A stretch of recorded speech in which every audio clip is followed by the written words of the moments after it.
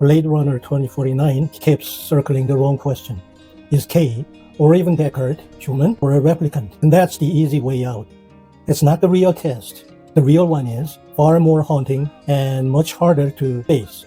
K saves Deckard, the man who tried to kill him from drowning. They crawl onto the shore together as heavy rain keeps falling. K's serial number says he doesn't have a soul.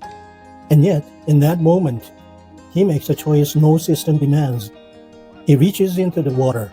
He pulls his enemy back into the light. No witnesses, no reward, no recognition.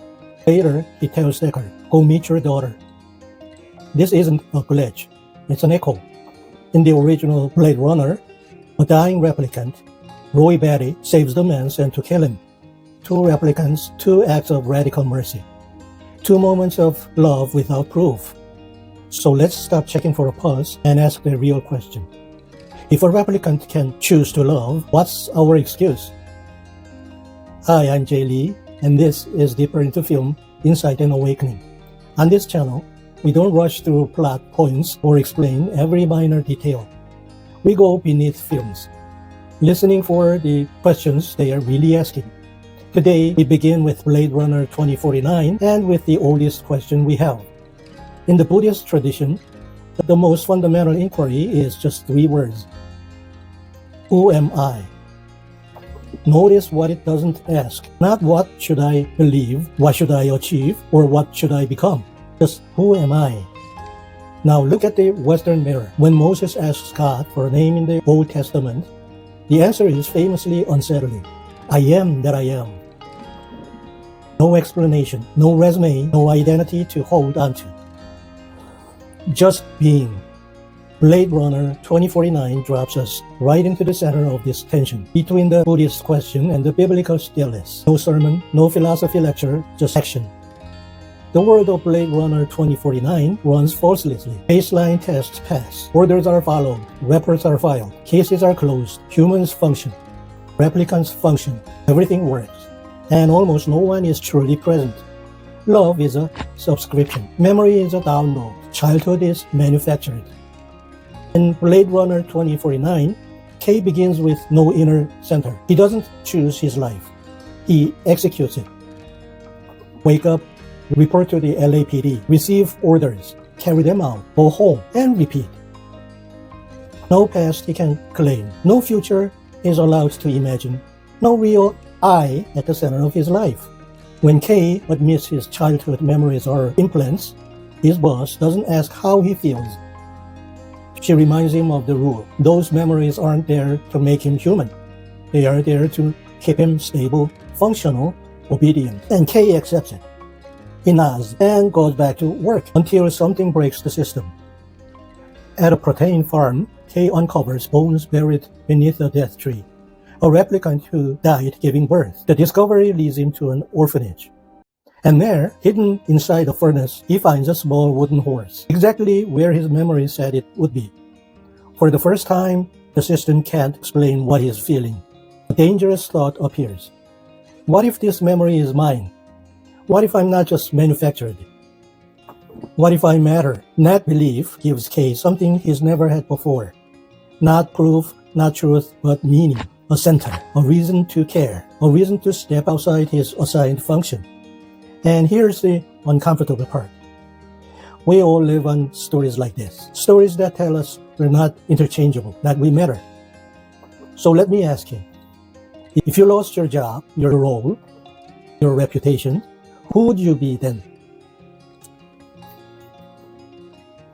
Most stories would end here. The truth is revealed. K is not the child, not unique, not chosen, just another serial number. By every familiar rule, this should be the end, right? But this is where Blade Runner 2049 becomes something else. Yes, because K is left with a choice, he can disappear, fade out as a machine, not believed the wrong story. Or he can act with no destiny, no reward, no one watching. K chooses to save Deckard. Not because he's ordered to, not because it's his mission, but because it's right. A sacrifice with no proof, it matters. Love without evidence, without identity, without story. This is the film's final answer to the question, who am I? Not my origin, not my memories, not the story I cling to. I am the choice I make right now. In the end, Kay lies in the snow, blood and ice. Music fading. The memory no longer matters. He doesn't need to be born to be real. He just needs to be. Kay finally learns the truth. Not through violence, not through a twist, just a quiet sentence. The memory designer looks at the wooden horse and says, that memory is real, but it isn't yours. In that moment, everything collapses. Kay isn't the child, not the miracle, not the one, as in Matrix.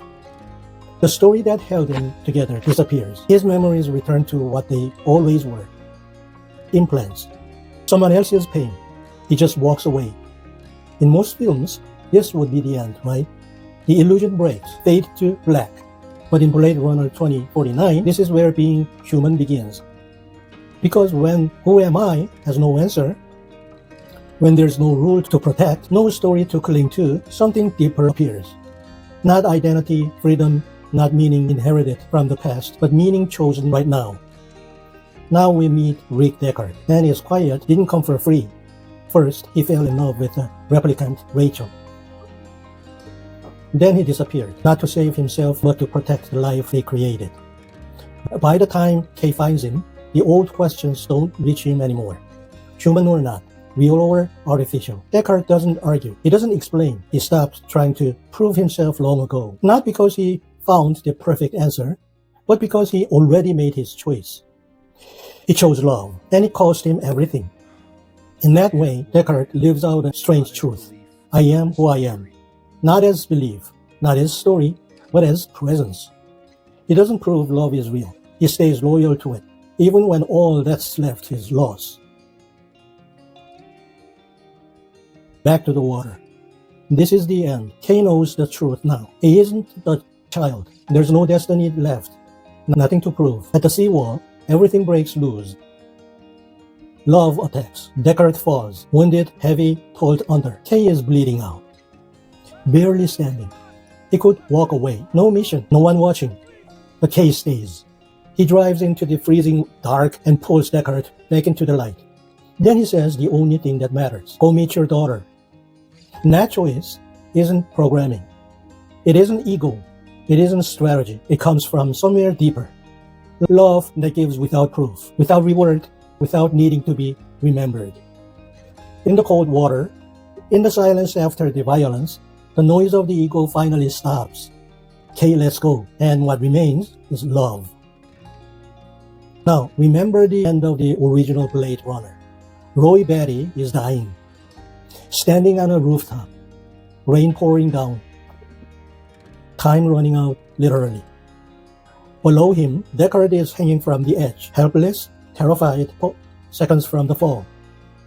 Roy could let him go. No law would stop him. No future would be lost.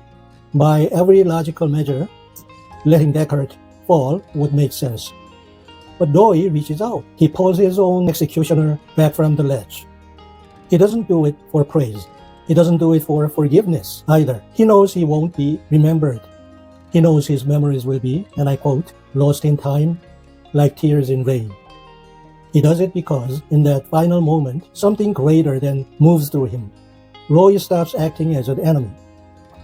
He stops acting as a victim. He stops being a machine searching for a soul. He acts as life itself, recognizing life. This is non-duality in action. No self versus other. No winner versus loser. No human versus replicant. There's only one fragile life meeting another in the rain. And then, just as Kay would do decades later, Roy lets go. Snow falls. Kay lies still. No identity. No story. No legacy. Just presence. This is where Blade Runner 2049 leaves us. And it suggests something radical. Being human isn't about intelligence, not biology, not achievement. It's about whether unconditional giving love can move through you, even when nothing comes back, even when you disappear. In the next video, let's discuss what is really human, dealing with joy's love without risk. I'm Jay Lee, and this is deeper into film. Thank you for watching.